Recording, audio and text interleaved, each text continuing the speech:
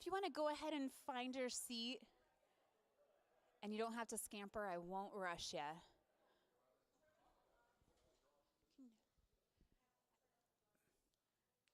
Let's see, is this excellent? Is this better now? Awesome, thank you for saying that.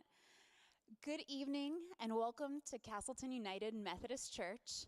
This is for our second forum in a series of 4 focused on the housing crisis in our community.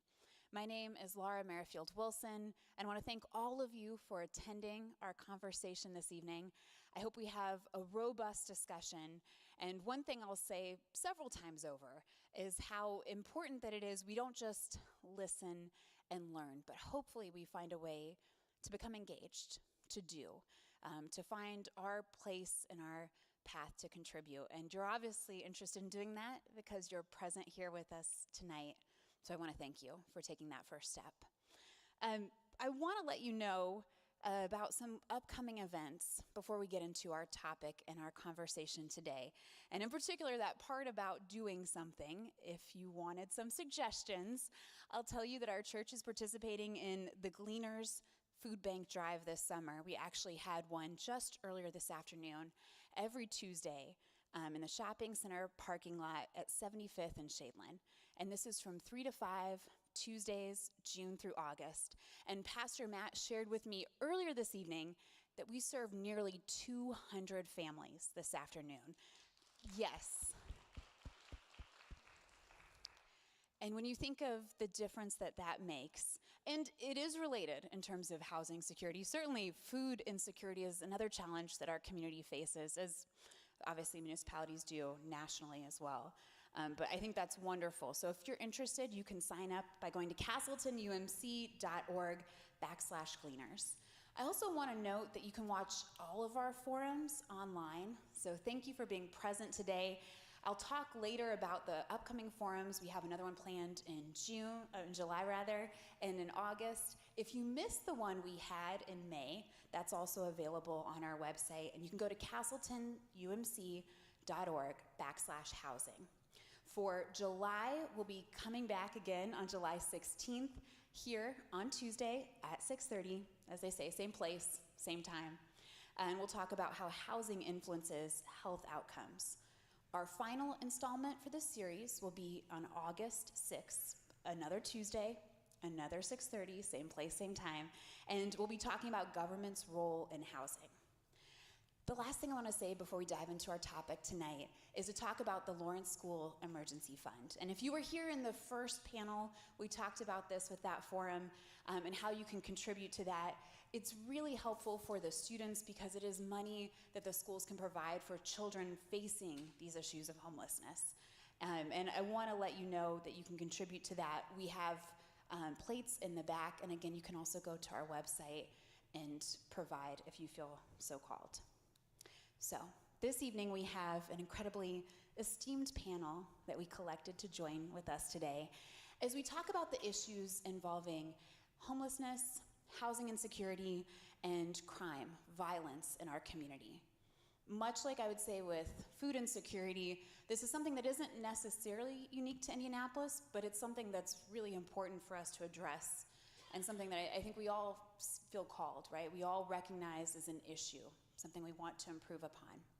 I want to share with you some statistics that I think are really helpful. And the first is to talk about a recent study that came out of Cornell. And in particular, they described the problem of evictions as a destabilizing force. And in this study, one of the things that they said is it actually disrupts the ability of residents to form social connections and come together to solve collective issues. I think we'll hear a lot about that this evening. We also know that in the last 2 years, we've seen a decrease in crime in Indianapolis, which is excellent, but it's still over 200 homicides a year, which is something that's probably concerning to us all. And the final statistic I will throw out there for you is talking about handgun deaths in youth, something for me as a mother of 3 that's very concerning. But when we talk about firearms in 2021, they continue to be the leading cause of death amongst U.S. children. We're not talking about drowning, we're not talking about choking, we're not talking about car accidents, we're talking about firearms. And when you look from 2018 to 2021, there was a 41.6 increase in that rate. So one of the things I always like to ask when I'm learning about these issues is it improving? Are the good things getting better? Are we minimizing? Are we able to address some of the challenges? And when we're talking about firearms and children, unfortunately, they're going in the wrong direction. So throwing those ideas out to you as I do, I want to go ahead and introduce myself and have our panelists introduce themselves, and then we'll dive right into the questions. So as I said, my name's Laura Merrifield Wilson. I'm honored to be your moderator this evening for the forum. Professionally, I'm an associate professor of political science and a pre-law advisor at the University of Indianapolis. I also serve as a regular political analyst in the media. Now I'm going to ask each one of our panelists first, and this is a test, to make sure that your microphone is on. Excellent. And then hold it close enough so that our wonderful audience can hear you. But if you could just briefly introduce yourself, and we'll just go down the row. Good evening. My name is Chris Bailey. I am the Chief of Police for the Indianapolis Metropolitan Police Department. I've been in that role since January of this year, appointed by Mayor Hogsett. I have been in every merit rank in the police department, from patrol officer, sergeant, lieutenant, captain, commander, major, deputy chief, assistant chief, and now I'm the chief of police. So I've spent my entire career here. I was formerly the North District commander, so at one point this church, this neighborhood was under my command. It was my favorite assignment. If I could go back a few years, I would stay there. Right, John? Yeah, John would prefer that I had stayed there, but I'm happy to be here tonight to talk about these issues and answer any questions that you all may have. Good evening. Thank you so much for having us, and thank you to all of you for coming to listen to us tonight. I am Zach Myers. I'm the United States Attorney for the Southern District of Indiana. Means I head the office. It's part of the U.S. Department of Justice. You know, my boss is Attorney General Garland. I was appointed in 2021 by President Biden and confirmed by the U.S. Senate to run this office that does virtually all the federal prosecutions in the Southern District of Indiana, which is the southern two-thirds of the state, sort of everything south of Purdue, Kokomo, Muncie, Anderson, headquartered in Indianapolis, and then we have offices in Evansville and New Albany and Terre Haute as well. Before becoming U.S. Attorney, I spent about 10 years in Indianapolis and Baltimore as a regular federal prosecutor and assistant U.S. Attorney, and I grew up here in Indianapolis, and I'm happy to be able to talk to everybody today. Thanks. My name is Andrew Neal. I am the CEO of Outreach. So Outreach is a nonprofit here in the Indianapolis area that serves 14 to 24-year-olds who are experiencing homelessness, and I'm sure we'll talk a little bit more about that tonight. Prior to that, my family actually moved out here from Denver, Colorado about 10 years ago, specifically to serve the Brookside neighborhood on the Near East Side. We felt called to be part of a church where I was a pastor, where we started a church-based nonprofit. So poured ourselves into that, and then 2 years ago became the CEO of this great ministry at Outreach. And my family actually just lives a couple of blocks away from here, across from Skiles Test Elementary, so we're proud members of this Lawrence community. Good evening, everyone. My name is Tiffany Wilson, and I'm with the Beacon of Hope Crisis Center. I'm the Senior Director of Quality Assurance and Compliance there. I've been with the agency for about 8 years. Our agency, we serve domestic violence and sexual assault victims, so we serve everyone, men, women, and children. We are located on the south side of Indianapolis, but we do serve anyone from anywhere in the state of Indiana. Specifically, the main counties we serve are Marion County, Johnson County, Shelby County, Boone County, Hamilton, and Hendricks County. And a little bit, I guess, about me is I've been doing this work for about 15 years, and it's never stopping on the work that we do. It's continuous, and it fits in perfectly with this forum, because that's something that we hear daily from victims is they want to be able to safely flee, but they're unable to because of the housing crisis. Terrific. So I told you they were esteemed, right? I'm going to throw out my first very broad question, but just talking in terms of your position. You introduced yourself, talked about your title, about where you've lived, and a little bit about the work you do, but could you describe a little bit more in your daily interactions or the responsibilities you have professionally, how those are involved in terms of either housing or violence. We can start over here, actually, if that works. All right, so I'm responsible for almost 1,900 employees. The IMPD serves almost 1 million people in 400 square miles. Obviously, we're responsible for the safety and security of the entire county, Marion County and city of Indianapolis. And we're divided into 6 geographic districts. And our intersection of violent crime is obviously, it's obvious with the police. However, all the issues related in society intersect with IMPD at some point. We deal with pretty much everything. About 80% of the incidents that our officers deal with are not necessarily related to crime. A crime hasn't been committed. It's a disturbance. It's mediating issues between family members, between neighbors. A lot of the things we do now has been cast upon law enforcement to deal with, and IMPD policing generally aren't equipped to deal with all the ills of society. We're dealing with sometimes 21, 22-year-old people that are being called to people's houses, adults, 40, 45-year-olds, or whatever it is, and that we expect that officer to solve that particular issue for those individuals. So we see our unhoused neighbors. We see everyday victims of sexual and domestic violence, victims traumatized by violent crime, whether it's children left behind, children who lose parents, loved ones, siblings, wives, cousins, aunts, uncles that are left there when someone is taken from us, whether via overdose or a violent crime. And so all these things intersect with law enforcement, and especially today. So our office kind of has 2 primary sides of the house, our criminal division and our civil division, who each do, I think, important work in these areas.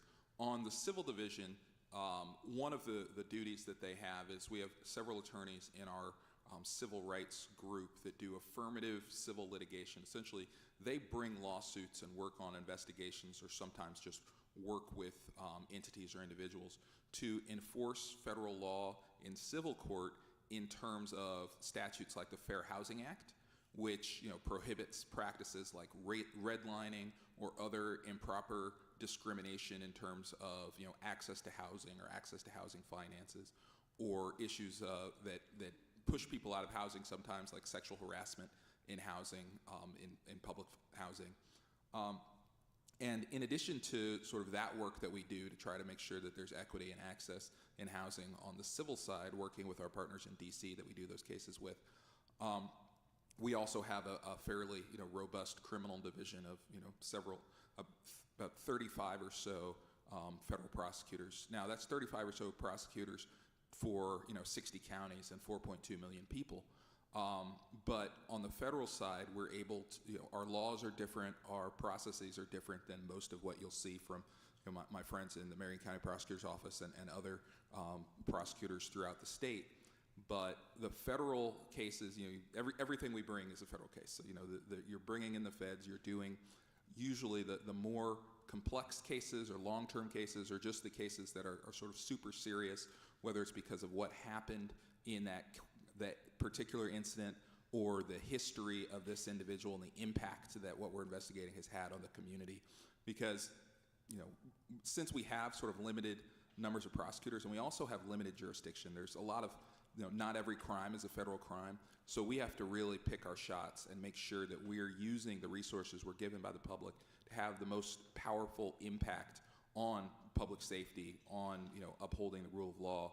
And violent crime is a top priority because of that, not just because of the impacts of especially gun violence on the victims and the witnesses, but gun violence has these just knock-on negative effects for an entire community, generational trauma to the families that are impacted and loved ones are taken away, individuals, because of their choices ending up incarcerated, and the impact on the community that happens there. But also, when there are shootings and killings in your community, it has an impact on people's ability to afford housing, people's interest in living in those areas, and just violent crime really saps neighborhoods in a way that is detrimental. And even though not every assault, not every shooting is a federal crime, when you have those firearms involved, those are areas that frequently we can get involved in, whether the firearm is unlawfully in the hands of somebody. If they're prohibited from having the firearm under federal law, we can bring prosecutions there. Or if the firearm has been unlawfully transferred from one person to another, or someone has lied in the course of obtaining that firearm in violation of federal law, or they use a firearm in the course of some other federal crimes, such as carjackings, commercial robberies, drug trafficking. So those areas of federal prosecution, especially when there's guns involved, are really a priority for us, because even as these homicide numbers have gone down, and we all know it's overwhelmingly guns that are being used to take the lives and cause serious injuries to our friends and neighbors, we know that getting those guns out of the hands of people who shouldn't have them is going to drive those numbers down even more. And as you alluded to, even as the overall numbers have gone down, we've still had really troubling rates of violence impacting young people, both as shooters and as victims. And so finding ways to further use our prosecution and investigation resources to drive those numbers down and to try to make the community safer is really a top priority for us. So outreach, we are focused on a very specific population, 14 to 24-year-olds, what I think a lot of the city would call opportunity youth, is kind of the language that's used. 2 years ago, we came out with a study that estimates that in Marion County alone, there are 7,800 14 to 24-year-olds who experience homelessness in a given year. It's something that we're not talking about nearly enough. Outreach is one of the few agencies that work with a very broad spectrum of homelessness. So when we talk about the HUD definition of homelessness, there's different categories. We work with all those categories, from someone who is experiencing literal unsheltered homelessness to someone who might be couch surfing, to someone who might be fleeing domestic violence, to other special populations as well. So we do that through a few different program centers that we have in the city. So there's one on the Near East Side, there's one on the Old South Side. We just opened one last year at Lawrence United Methodist Church, so up here. At those community centers, those program centers, basic needs are able to be met, so warm meals, showers, laundry, case management, things like that. We have a Youth Link program that works to navigate those youth and young adults into various housing programs in the city. We do a diversion program that prevents literal homelessness by doing creative housing problem solving with those young people. And then we also have our in-school program. And so that is working specifically with McKinney-Vento students in high schools throughout the city. And so like you guys, if you were here for the last forum, you probably heard from some of our friends at Lawrence. We work very closely. We have our coaches inside of Lawrence, both high schools, to be able to provide services. We provide services at Pike and Washington, as well as all the IPS high schools. And then over the next year, you'll see us start to expand into Hamilton County as well, because we know youth homelessness is not just a Marion County problem. So that's a little bit about outreach. And then my job, I get to go out and I get to share about the good work that our staff is doing. I mean, they're the real heroes behind the scene. They're the ones working with the youth and young adults. And then, we continue to grow that team we're about 30 individuals right now who are part of it. And really trying to bring more awareness is my job to specifically youth homelessness in our city. Okay, I had a feeling you would ask this question. For me, in my role, I do quite a bit at the agency.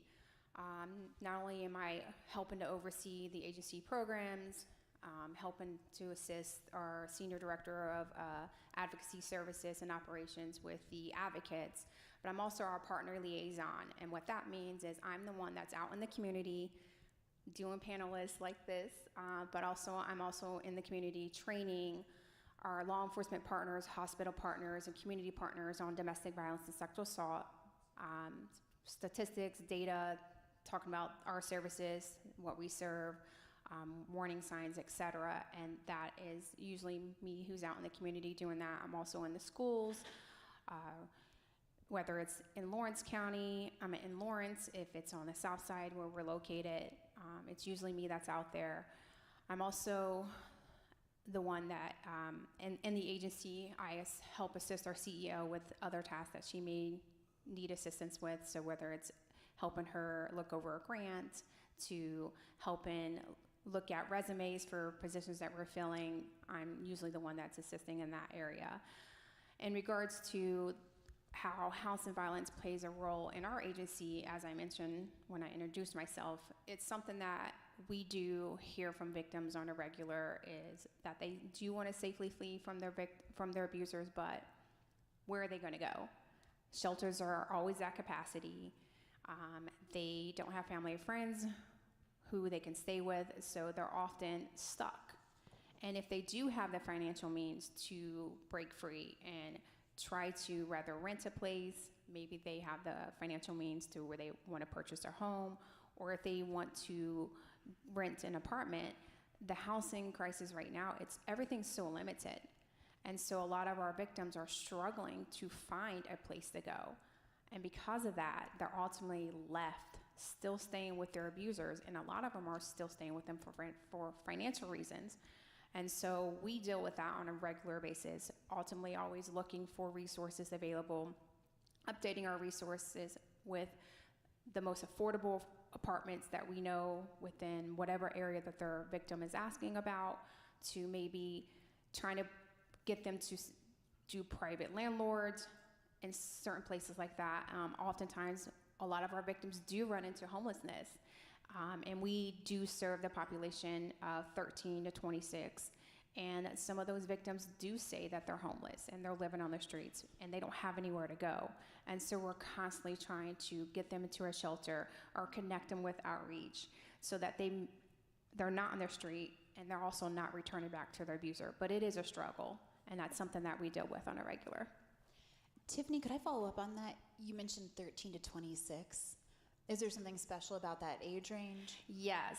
So the 13 to 26 population is a program that we called our Purple Sneakers program, and that's where we are out in the community educating specifically that age group on teen dating violence, healthy relationships, and family violence. At our agency, we don't just recognize domestic violence and sexual assault as intimate partner violence, but we recognize family violence. And most of the victims that we do serve, it is family violence. So it's happening within a home, whether it's grandma on mom, grandma on father, it's sibling on sibling, it's cousin on cousin. Domestic violence isn't just intimate partner violence. It's anyone who's residing within that household, or also family who don't reside within that household, who might stalk or harass them. And we recognize that. And so our Purple Sneakers program allows us to be out in the community, in the high schools, in the middle schools, elementary schools, hit and miss, and in the colleges, to help educate that specific population on healthy relationships and what that looks like, because ultimately we know it starts at a young age. And if we can help make a change, help educate them, help them understand the warning signs, we can hopefully prevent the violence from escalating and prevent homelessness, and then help decrease that number to where we don't have as many young teenagers or young adults living on the streets. I find that proactive approach to feel really comforting, especially amongst many of the topics we'll discuss tonight that can be very heavy. I want to remind you that if you want to submit a question, we take these online, and it's my responsibility and my joy as moderator to hopefully address all the questions that you shared with us. So I'll be doing that throughout this evening. For our next forum, which is July 16th, again Tuesday at 6:30, that's going to focus on health and homelessness. You can go to our website at castletonumc and .com / I want to make sure I said .com right. Was that? Yes, .org. Excuse me. That's why I knew I had to check. /housing, and you can submit your questions there. So I'm going to start with one of the questions a community member asked, and that's specifically for Chief Bailey. A community member wanted to know, what does the homelessness unit do? What does that look like, and how does it interact in our community? Our homeless unit is assigned, well, when it started probably over 10 years ago, was assigned just to downtown Indianapolis. And the goal was to partner with agencies that interact with our homeless on a daily basis to provide, one, to be kind of a force protection as we go into some of these camps, whether it's down by the river in some of the woods that many of you probably don't even know exist, but also to go out and interact with those neighbors. Just like there's crime in your neighborhood, in your zip code, there are crime that takes place in these informal or formal camps, for that matter, that the crimes go unreported, whether it's sexual assault or other assaults or theft or burglary or those kind of things. Those things happen in those areas, and those individuals don't tend to come out and report those type of incidents. So we go to them, and over the course of the 10 plus years that has existed, and I will give this agency credit, being forward thinking in this endeavor, not trying to treat our unhoused neighbors as criminals or criminalize homelessness, but to be proactive and try to protect them, going where they are. And because not a lot of people are willing to do that. And there are some really special groups of individuals in our city outside of law enforcement that do go to these places where they are every day to interact with them. And our homeless unit comes alongside those groups. In the winter, they'll go out, really cold weather this winter. There was several news stories that showed our officers going out and interacting with individuals, checking on them, making sure they weren't freezing, if they were getting the medical treatment that they needed, or encouraging them to go find shelter somewhere. Some individuals just they're not going to go to shelter no matter how much you try to give them those options. This is the way they want to live, and there's multiple reasons for that. And so, but knowing that they're there, and some individuals they know by name. So that's what they do on a daily basis, and they work with a mental health clinician as well from Eskenazi, and have from the very beginning. That individual goes out with them also on those visits, but also as they can provide that resource right then and there to individuals that may need the assistance. How do you measure success for that unit? What do they look like as we know we're meeting our mark, we know we're being effective, we know we're making that change we want to see? Well, I mean, it's hard to prove, whether or not your efforts have prevented something, but I think it builds a relationship. Just like sometimes with our immigrant populations, a lot of our immigrant populations come from areas that don't trust the police, don't have a relationship with police. They're treated much differently in some of these countries that our immigrants come from than they are here. But it also helps us build a relationship with those individuals in case a crime was committed. So when you build that relationship and they know you by name and you can interact with them and they feel comfortable telling you information, then those are successes. But you can't always tell what you've helped or how you've prevented something from happening. I'm glad we do that. It certainly isn't a function of a law enforcement agency. When you think about what our foundational responsibilities are, and it goes back to my original answer, the things that we've engaged ourselves in or we're involved in or we spend a lot of time, money, and energy in are not fundamental purposes of law enforcement as it was built. However, we are one of the only 24-hour, 7-day-a-week government services out there. And when someone calls 911, whether it's for a crime committed or for something else, they expect someone to show up there and be there, and that's what law enforcement provides. And so we found value in this unit. We continue to find value in having this unit and the partnerships with nonprofit organizations throughout our city. And I wish they were here. They could tell you their individual stories because they have quite a few of them. And I'm really proud of the work that they do every day on behalf of our unhoused neighbors in our city. For Zach, I wanted to ask you about the lingering effects of redline, but I wanted to take a quick participation poll. And don't worry, this engagement doesn't count towards your grade. You just can't get the professor out of me. But could I see a show of hands, how many people are familiar with the concept of redlining? Awesome. I will tell you, I didn't know what redlining was until I was a graduate student in political science.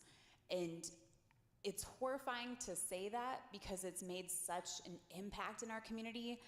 But that's partly what I'd like to hear you talk about. If you could describe in terms of when we discuss the lingering effects of redlining, what we see today, and then maybe some of the current housing regulations and how those policies are impacting our communities too. So the primary tool that we use as U.S. Attorney's Office to enforce, through the civil division I was talking about, to enforce our housing laws and regulations really is the Fair Housing Act that dates back to 64, 65, that back then, Congress recognized, and I think the government still recognizes today, that housing is one of those, core sort of, rights and kind of parts of who we are as individuals that ties into everything. Your access to quality education, your access to government services, the safety of your neighborhood, your ability to build generational wealth, to have something to pass on to your children. And when through discriminatory practices like redlining, like appraisal discrimination, when people in the provision of actual access to housing, to rental properties, or to financing to obtain a house, in the services when you're trying to sell a house to hopefully make some money and move on to another, unfortunately we see all sorts of different manifestations of discrimination that pop up in those processes that we identify either through reports from the community about individual instances or circumstances, working with community groups who are really active in this space to call issues to our attention as a U.S. Attorney's Office, or our analysis of data from lenders, for example, to see are there patterns of discrimination either in terms of steering buyers of one background into one neighborhood, or denying loan applications based not on finances but on these discriminatory practices. And the reason enforcing those laws is so important is because we aren't really going to make that promise of equal protection under the law real if everyone doesn't have the freedom to live somewhere and raise and grow their families and have safety for their families on equal footing as everyone else. I mean, the Justice Department was stood up back in 1870 for this explicit purpose of really enforcing some of the early civil rights laws and amendments. And so that kind of work, and especially in the housing area, is really core to who we are as an agency. And by bringing actions, or frankly by just seeking making contact with some people who might be doing things the wrong way, and bringing to their attention what the rules are, what the law is, and helping them to get in compliance so we don't have to sue them, can be even more impactful in terms of using our resources. But we still see today, in 2024, that there are issues of people getting appraisals that are different if it is their friend of one racial background who is interacting with the appraiser and believed to be the homeowner as opposed to if someone else does. And I know there was a lot of investigative work around that recently. And so this isn't just a historical problem. This isn't just something you read about when you're studying to be a political science professor. Unfortunately, it's the day-to-day reality for a lot of our friends and neighbors. And when you're not able to secure housing, when you're not able to build wealth through housing, then that's one of those drivers towards housing instability. So by taking action through enforcement of federal law to uphold the laws that help people have access to sort of this core part of who we are as people, hopefully we're going to be able to make our communities better places to live. We had a question in the last panel that feels really well suited for you right now. And it was talking about someone who felt that their criminal background prevented them from securing housing. How does that interact with the Fair Housing Act? Or to what extent could that be influential, or is that straight up discriminatory if someone's asking whether or not you've committed a felony in the past and using that in a certain way to calculate whether or not they choose to rent or sell to you? So I want to be careful because this isn't the area I litigated in, but there are a number of both financing programs and other sort of federally supported housing that does and can take into account, and renters or others are permitted to take certain types of criminal history into account. But if that discrimination that people are concerned about is not based on something that is within sort of the law to be able to look at, but is instead just sort of a proxy for something like racial discrimination, that's problematic and something that we need to know about. And really, until an investigation is done and sort of you look at documents, you talk to witnesses, you're not really sure what's going on there. So for all of the kinds of issues we deal with here, we really ask the community to just bring things to our attention and let us sort of look and figure out, is this something we can do something about? And not every issue is going to be either because it might not meet the elements of the statute or because the impact of one particular matter might not be sufficient to assign some of our attorneys, and we might instead refer you to outside organizations that might be able to provide assistance. But we can't bring any cases we don't know about.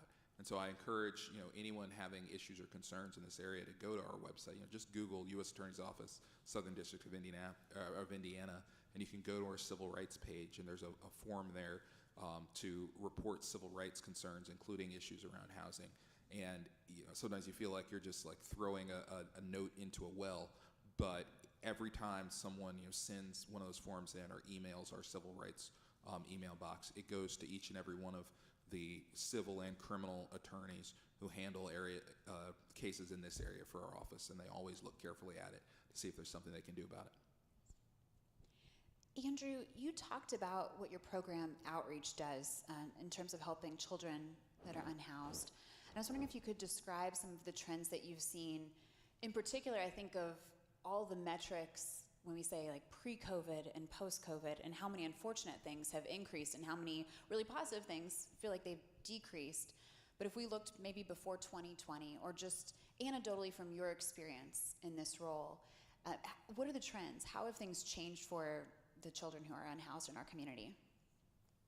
Yeah, I mean, I think more than anything, COVID was a light that was shown on issues that already existed. I mean, it wasn't necessarily COVID that sparked new issues.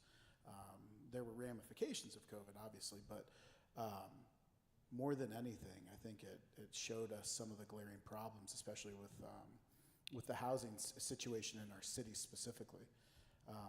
The reality is for our young people, especially, so again, like separating out the age populations, like 14 to 18, those that we work with, a handful might be emancipated minors, and so that's a unique situation. Others are part of family units that are experiencing homelessness, and that's a unique situation. But then you've got this 18 to 24-year-old population they're young adults, right? Many of whom have children of their own, and who are struggling to make it. Many of whom, I tell this to everyone, they want a better future. They want to work. They want to eventually own their own home. Now that becomes a more distant dream in our reality now, owning your own home. But they have those desires. And so kind of what we've started to tell people, especially as it relates to the violence epidemic in our community, is we have to, as a community, shift the narrative, right? So we oftentimes look at this young population and we think, oh, they're troubled. Oh, if only they had parents in their household, then maybe things would be different. The reality is these young people, yes, they are sometimes the perpetrators of crime, but a lot of times they're also the victims of crime. And so being able to recognize that when you work with this population, you engage with them, I might skip ahead a little bit because a lot of times we talk about employment as an answer. The reality is I can go and get any young person a job in our city. I really can. We can go to McDonald's tomorrow. We can get a young person a job. But what's inevitably going to happen is that in 2 weeks, they're going to show up late, or they're going to get in an argument, and they'll either get terminated or they'll walk off the job. So it's not getting the job, it's retaining the job that becomes the problem. And just as much as we put an effort into helping those young people develop conflict mediation skills, ways to deal with their trauma, these pieces, I am intrinsically interested in figuring out how we can train employers in how to deal with employees who have had traumatic experiences. And not just our youth, but any employee, right, who's been experienced to trauma, because we know that trauma has an impact on the brain, and that leads to a number of different issues that can come out in the workplace, including things that lead to workplace violence. So I think the conversation is more nuanced, and oftentimes we can travel down the same old paths, get them a job, teach them some soft skills, just continue to do the same programs, or we can start to look for innovative ways to maybe provide some different wraparound services and bring a community together around these individuals. It sounds like you're talking a lot about some of the stigmas that can be really damaging, as much as the actual institutions and processes. What would you recommend for people to challenge their own preconceptions? Oh yeah, I mean, so here's the reality. I was having this conversation with someone the other day. We had a young person who brought a firearm into our program center, which is that's not new, that's not unheard of. We just noticed it this time. And we started to have, as a staff, a lot of conversations around safety and well-being and those things. And we naturally looked at it from our lens, right? Well, like, this puts me in a dangerous spot. Yes, absolutely. Like, firearm, we're not comfortable with that, obviously. But also, what I didn't hear in that conversation was the question, why does that young person have the firearm? You know, what was it about the firearm that young person felt like they needed? Where did they get access to the firearm, right? And then, you know, what are their plans with the firearm? Because if you talk to some of our youth, right, the stigma around it is, well, everyone's just loaded and they're packing and, like, they're out causing trouble. No, some of our young people are carrying because they feel like they have to, because it's life or death for them. That's the reality of it. Do I like that they have increased access to firearms? No, absolutely not. But it's also the reality of what we're dealing with right now. And so being able to challenge even our staff, ourselves, to try to look at things from a different perspective, to try to understand the individual. I think you said it at the beginning, you know, this is really about relationship for us, right? At the end of the day, I think that's the role that every single person can play, right? We may not be able to influence the highest levels of policy, though I think we have a role to play in that too. But we can absolutely sink into the relationships that make a difference, that prevent violence, that prevent homelessness, that prevent domestic violence as well. That's a role that all of us can play. Tiffany, you talked earlier about some of the challenges that domestic violence survivors face, particularly even just being able to find housing that separates them from the issue. Could you talk about, I know it's hard to typify an average domestic violence survivor, but what that experience might be like, what the process is they go through to find safe, affordable housing? Well, I will tell you the process is long, especially as Andrew was just saying, it's the crisis that we're living in right now, it takes time. So for us, you know, we take that initial crisis call, we assess their needs. Most of the time, the needs is either they need financial needs, the reason why they're calling, maybe they need a protective order, or they're seeking shelter, whether they have already actively fled from their abuser and they need emergency shelter, or they are looking to safely flee. And for some of the victims, they're looking for transitional housing or to find their own permanent housing. And because of the housing crisis that we're living in right now, it is hard. And so we will provide them, we will assess their income. We will ask them, are you currently employed?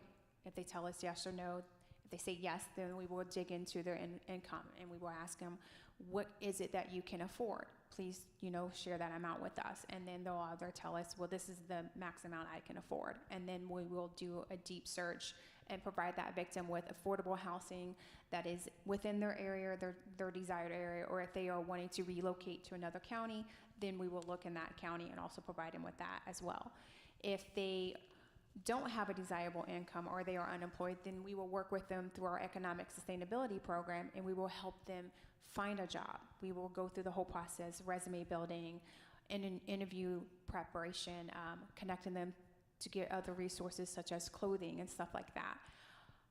And then we would kind of work with them to slowly get to that point where they can hopefully secure and find housing. But right now it's taken weeks, months, and some of these victims we've been working with for a year to a year and a half, if not longer, just because, as Andrew was saying, COVID didn't hit and just say, oh, surprise, all of this is new. It just did unfortunately heighten and highlighted these issues that we have and has continuously had for decades. And for us, it just made things a lot more complicated and worse for victims in trying to safely flee and secure any type of housing. And it's unfortunate. I wish I could say that every victim that calls has that. We're able to say, oh, you know what? We have this connection here, this apartment complex, and they have, 7 units available, and it's very affordable. But unfortunately, it's not. I mean, if you look 5 years ago, you could secure a 1-bedroom apartment or 2-bedroom apartment for maybe under anywhere from $600 to maybe $1,000. Now you're looking at anywhere from $1,200 to $1,800. In some cases, you're looking at over $2,000. That's more than a mortgage for most people. And our victims usually go from 2 incomes to 1, or maybe they've never had an income. And so they don't understand how to budget. They don't understand, how am I going to pay for a 2,000-bedroom, 1-bedroom apartment, and I have 4 kids? So it definitely takes time, and we tell our advocates to let victims know that right up front. Don't sugarcoat it. Don't tell them, oh, well, we can have you replaced tomorrow, because that's not the likelihood, especially nowadays. As I mentioned earlier, we had several question submissions from our audience, from our community members like you. And one fantastic question that we got from a community member said, in your dream world, is there something that can be done to keep guns out of the hands of minors? How would this happen? Can enough teens be trained in nonviolent methods of solving incidents to make a difference? Where would you start? And I'm going to throw that out to everyone. If you feel called to answer, please do. Well, one of the things that we've been really focused on as the Justice Department is people who are unlawfully putting guns in the hands of minors. So of course, we have both constitutional and statutory provisions that provide for folks' rights in terms of acquiring lawfully and possessing lawfully firearms. Unfortunately, a lot of the gun violence, and probably predictably, is associated with people who either obtained or are possessing the firearm unlawfully. And so issues like gun trafficking, where people are, for profit and sometimes, kind of scale, obtaining firearms and putting them in the hands of people who have no business having them under the law, and including sometimes minors who have no business having them. Those sorts of issues, whether it's the firearm or you've heard often, I'm sure, about these Glock switches, these machine gun conversion devices that we're finding, in the hands of too many of our youth as well. I mean, it's 2024, and we're finding ourselves as Justice Department prosecuting, statutes that were put in place, in the 1930s to fight, Al Capone and, the gangsters in Prohibition. But today, we've got kids running around with machine guns. And, if you would have told me 10 years ago as a federal prosecutor that one of our top violent crime issues would be children with machine guns, I would have looked at you like, you had 2 heads. And unfortunately, that is where we live right now. And, our police officers on the street interacting with, youth who don't know, and, young adults and sometimes older adults who don't know, the beginning of that encounter is this individual possessing this gun lawfully. Has this gun been modified to make it fully automatic? Those issues are kind of deeply, problematic and deeply dangerous for members of the community as well as law enforcement.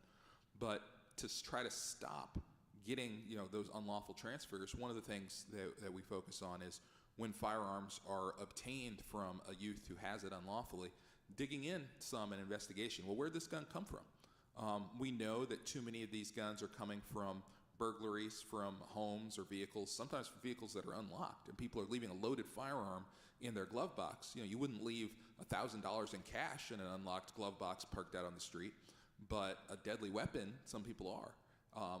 And so, you've got youth who are obtaining stolen guns that way, or people who are burglarizing, federally licensed gun dealers. But, a lot of also we see is straw purchases where people are unlawfully, lying when they're obtaining a gun and saying it's for them, and it's actually, for someone else who couldn't themselves go and obtain it, sometimes including, our youth who are prohibited from buying certain kinds of guns at certain ages, and are trying to get around that by having someone else go in and make the purchase for them. In fact, not too long ago, we brought a prosecution and succeeded in getting a significant federal prison sentence against, unfortunately, a mother who helped her son, who she knew was involved in gang activity and violence and was shooting and robbing people, and was a minor. And she went and got him unlawfully a firearm and put that in his hands. And ultimately, that gun was allegedly used to commit a murder, and I know that that's still being prosecuted. And then she disposed of that gun, threw it into a river, and we prosecuted her under the statute federally that bars people from giving a gun to a minor who they know is engaged in violent crime.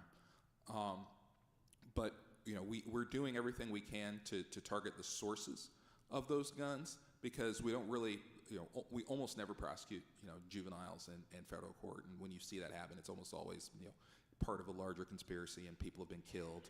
And that's just not what we're built for, as opposed to our partners in state court. But those who are putting the guns in the hands of people who might be minors, who then are going out and using them unlawfully, that's something that's a priority for us.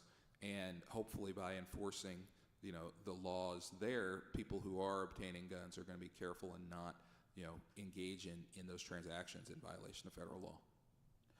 What was the last part of the question, too? Yeah, actually, Andrew, I was thinking of you because it reminded me of what we were talking about with stigma.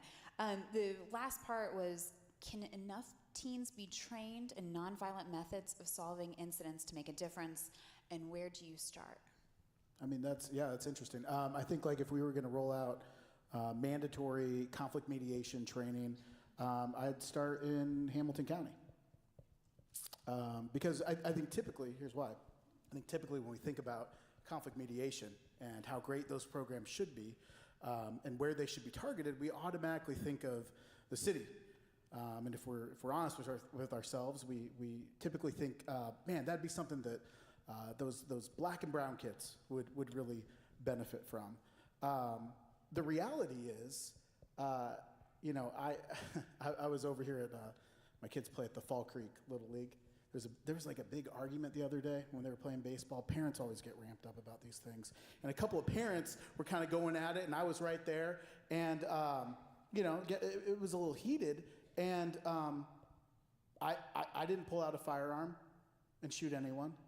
I didn't get in a physical fight with anyone. But what prevented me? It wasn't a conflict mediation class that I took. Right? It was because, one, I didn't have access to a firearm in that moment. I didn't have a firearm on me, okay? And then two, it was because, and we can say the morality piece, right? We can say, like, yes, our values, and those are good, and those are important. But and from a very practical sense, number two, I have a lot to lose. I have a future. I have a family I'm responsible for. If I get in a fight, that's going to hit the news, right? Like, there's just a lot at stake. And so often for our young people, when we talk about a solution to prevent conflict, we go to like, let's create a program and let's roll out a training for them. My thing is, man, like, let's look at it from a holistic piece. Do they have hope for their future?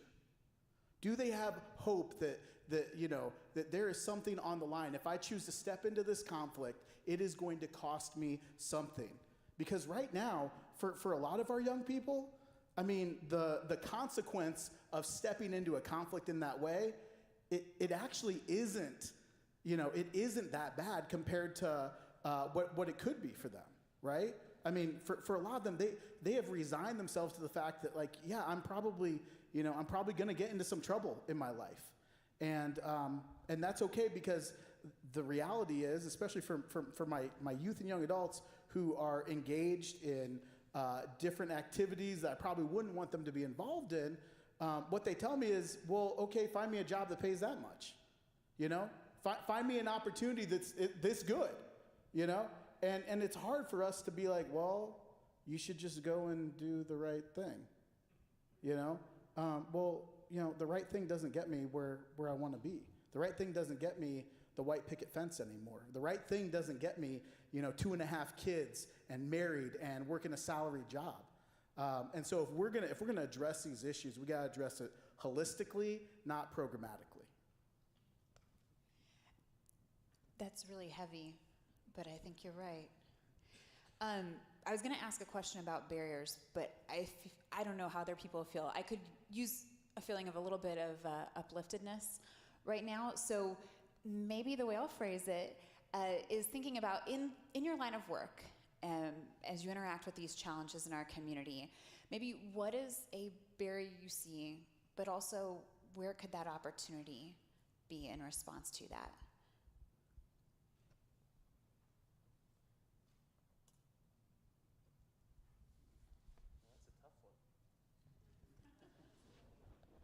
Barriers. Well, I think that we've associated some of those, right? I think that they're the barrier that I'm starting to wake up to more than ever as we refocus ourselves on trying to stem this tidal wave of youth violence, because it is. Since 2016 in our community in Indianapolis, the numbers of those individuals, our young people involved in homicide and non-fatal shootings, and as both suspects and victims, is almost 3 times. It's gone up almost 3 times. And as we see some of this other things dipping, the barrier that I see when I interact with more youth now, because we're trying to listen to them more. We spend too much time talking at our children rather than listening to them, and we're all guilty of it. Every one of us. I find it doing it myself in my house with my own children. And this year and late last year, I had the opportunity to get some groups of young people together and just listen. And he summed it up perfectly. And I see Anthony Beverly in the room, who works with our youth and is engaged with Stop the Violence every single day.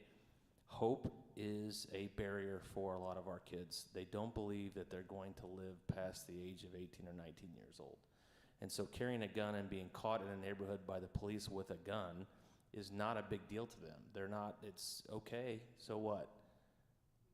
The not being caught, or being caught in their neighborhood without a gun by someone else, is much bigger reality to them. And so the opportunity, I think, in that negativity that I just laid out there, is that the kids don't have hope. They don't feel like they're going to live past that, is that we know where we got to get to as a community, as a society, and that's much further upstream.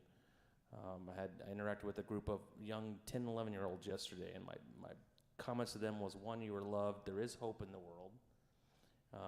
Treat each other kindly. Treat people like you want to be treated. Now, that whether that resonates with them or not, for me, we have to get to our kids much earlier. They are suffering trauma none of us recognize. I didn't even know what trauma was, and 15 years, 10, 12 years into my police career, what is that? What is this trauma? What is this? I don't know what that is. I see it now. I see it manifest every single day in bad behavior and bad decisions that the kids don't even know that they're going through. And they're experiencing this trauma much earlier in their life, and we have to get to them much earlier in their life to deal with it. Otherwise, it's going to continue to perpetuate into that hopelessness, into bad behavior, bad decisions, especially in a group of people, human beings, whose brain is not fully developed. They still they're not making good decisions. You couple it with poor nutrition, all those things, their brains are not developing like they're meant to. And so the opportunity is there. We know where we got to get, and we just have to figure out a way together to get to them earlier, and give them that hope that's missing, and let them see that their life is much bigger and much longer than 19 years.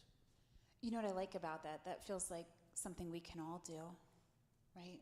You talked about those affirmations. My daughter, on our way to walk to kindergarten every day, would practice and recite these affirmations, and one of them was, I am loved. And I think to be able to tell that to everyone's children, not just our children, but everyone's children, might be able to make some of that difference. Just to add on to that, because these kids are really touching me this year. And School 43, having lunch with another group, same age group, that 10, 11 group, and I noticed this young black female just hovering around me. The opposite of typically what you see somebody in that demographic doing. An older white guy in uniform, just there, and someone's hovering around you. And other than saying to me, hey, why can I see through your hair, right, which... It's a compliment. Yeah, you can see through your hair. After I got past that, I started wondering, and she kept coming back, and then finally she asked me, "Can I have a hug?" Just no reason, just have a hug. And then I started talking to her counselor in there. I'm like, that girl, there's an opportunity here to get to her.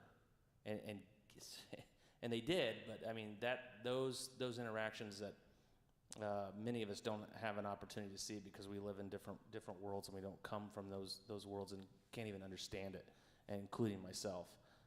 But we have to do a better job of listening to our children and watching the signs, and even if it's one or two of them, picking them out to get them some sort of intervention to help them. Well, I know that one of the barriers that I think we've seen from our position as prosecutors and federal prosecutors in trying to sort of have the impact on our community that we want is trust.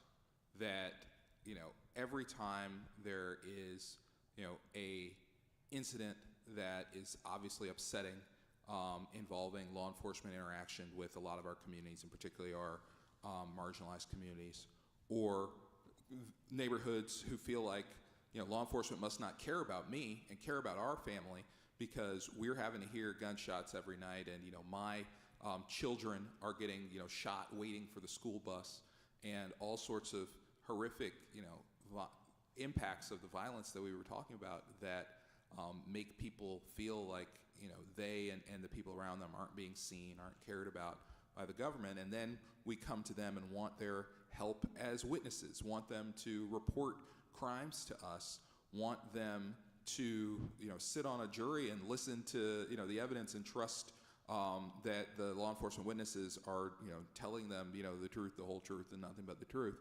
And it's a real challenge to rebuild trust, because no matter how many times prosecutors, law enforcement officers do the right thing, and the vast majority of people are doing the right thing, or trying to do the right thing almost all the time, one person making a wrong choice anywhere in the country knocks back down past all the rebuilding we're trying to do, and can tear down that trust so quickly and easily that so many people have fought to build.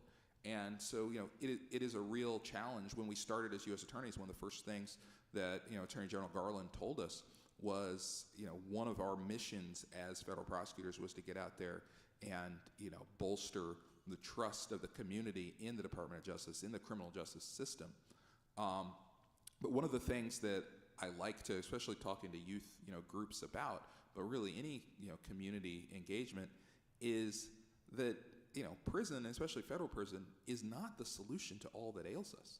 And we are built as a Department of Justice to build investigations and prosecutions that ultimately almost always are designed to send somebody to prison, to hold them accountable, to make the public safe, to promote respect for the law, and all the things that we know are what we're trying to seek out of the convictions and sentences we're pursuing. But that's a very blunt tool that is not appropriate in every situation.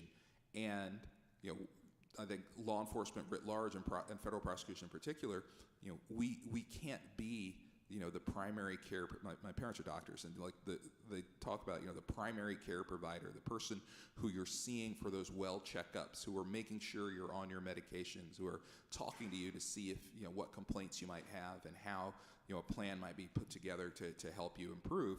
We're the emergency department. The bad thing has already happened. Someone has already had that heart attack. Someone's already been shot or stabbed, and we're trying to stop the bleeding and save the patient. And and then they go back, into the community. They go back into the hands of their primary care provider, and we wish them the best. But, I think the chief was talking earlier about how there's so many things that are being put on the plate of law enforcement that we're not built to do. And it's, we're full of people who are talented and caring and wanting to serve their public, so they're doing the best they can. But, we need help from everybody else, because we don't have all the tools that are the best fit for the job. But that ties into sort of my area of hope, which is when I'm doing these engagements, hearing from, I think there's someone here in the audience who was with me a couple months ago when we were at a school, hearing from a group of sort of rising youth activists, and they were talking about how they're engaging with their peers, say, hey, you're walking around with this firearm because you feel as though you're unsafe, but by doing that, you're making things worse for all of us. So how can we come up amongst ourselves with conflict resolution, programs, resources. How do we learn how to disagree without somebody getting hurt? And youth and young people and community organizations, religious, faith-based organizations, folks being willing to take that up to address these issues themselves and address them before the violence happens. That's the key, because we only get involved once a crime is already happening or is ongoing. And we hope that the prosecutions we bring and people who are removed from the community because of what they've done, we hope that that protects the public from further crimes of that individual. But to have the greatest impact, we're trying to prevent crime in the first place. And so that's where everyone else stepping up and taking leadership and working alongside us, or even us following behind them, can be really critical. I want to add to that as well. I mean, you guys said a lot about hope and trust, and that's definitely something that we do on our end with the victims that we serve. Is the one thing that we hear from them is that no one believes them. And that is why they don't report to law enforcement, why they don't come forward, why they still stay with their abusers, is because they don't believe that someone's going to truly believe that they are being victimized. And for us, we listen to them. We tell them, this is not your fault, we believe you. And another thing is education. Education is key. Forming partnerships is a huge part of helping to stop violence. If you're educating the community, you're continuously educating yourself, and you're building partnerships, you can help make a difference, and you can help slowly, some way, shape or form, maybe one day we can say violence doesn't exist.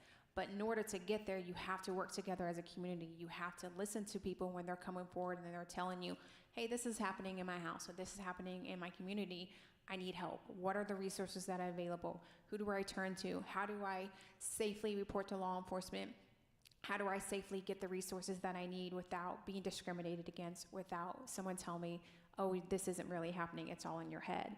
And so of all the barriers that we hear victims tell us that they face, we try at our end to try to help break down those barriers by listening to them, by forming partnerships, and by educating the victims as well. Someone had a question that I think we've already addressed, but I had it in here. And they talked about Father Greg Boyle saying, nothing stops a bullet like a job. And one of the things I'm hearing is nothing stops a bullet like love or trust or community or education, right? So many of the things that we're echoing here that lead to the last community question that I have, and thank you for whoever submitted this one. It's one of my favorites. But one of our community members asked, what can we as neighbors, for congregation members, people of faith, I don't think you have to have faith, what can we as community members do to have an impact on these challenges in our community, either individually or collectively as a group? I mean, I'll jump in. And also address the last question too, because I think I talked a lot about the barriers and I probably didn't give enough hope there. I am finding more and more hope through these conversations, because inevitably through these conversations, more people are getting engaged. There are some phenomenal grassroots organizations and programs that are coming up in our city.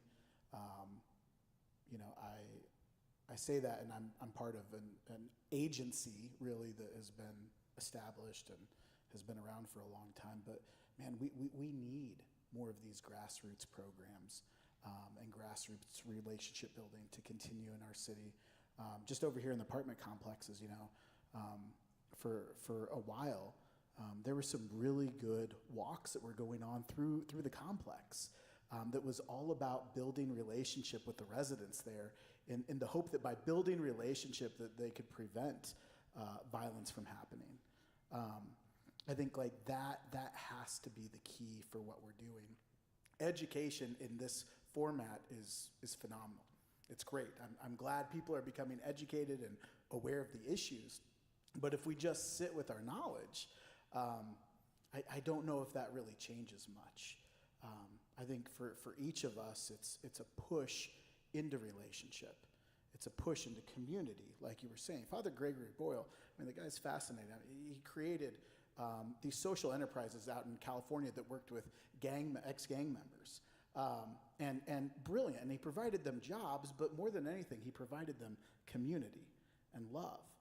And so for some of us who are like, I can't go and create a social enterprise. I can't go and create a nonprofit organization. Maybe you can't do that. But you can sure step into relationship with someone, and then as you hear about great organizations that could be a resource, you can be the advocate that connects them. Or if you hear about a situation that needs to be reported to law enforcement, you can go with them, and you can be that shoulder that they can lean on. That's what we need in this community, and I think that's going to make a tremendous impact when more people step into that relationship.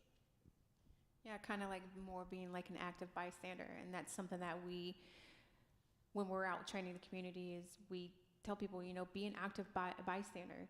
Do so safely, but you can be an active bystander. You can engage. If you see something, report it. If you see a victim who needs help, help them. Provide them with referrals. Just by you engaging with them makes a difference. And that's all it takes, is just that one step. Just walking up to them or intervening. It can be life-changing. And if you're helping them, it can go a long way. I have to say, I know I learn a lot in each one of these panels, and sometimes it's very sobering, and it can be easy to be afraid of some of the knowledge we learn and some of the statistics and the facts, and easy to distance yourself. But when we end these, I personally always feel like I have a lot of hope. I have a lot of different inroads for things that I can do on an individual level or as part of a group, even the recognition of things that sometimes feel small and insignificant, but might, for someone, be a world of change. Can we go ahead and give our panelists a very generous round of applause?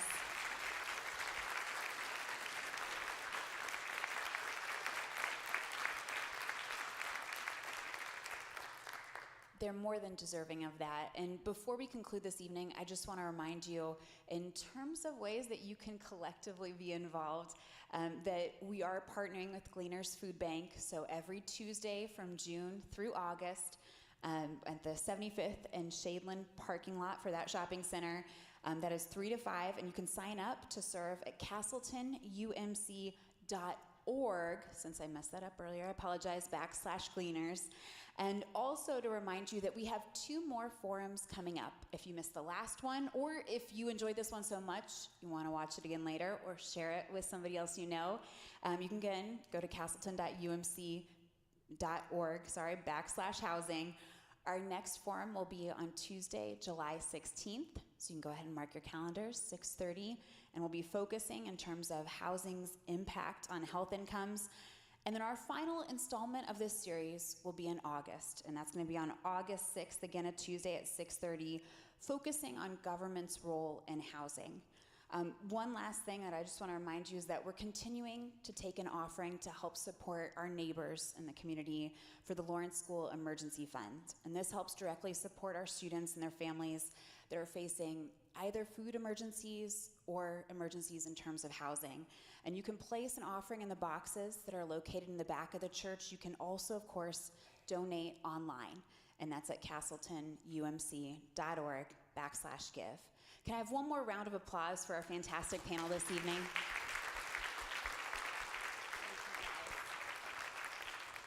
And I want to thank you again for coming out tonight. I hope to see you again in our next installment next month in July. Thank you.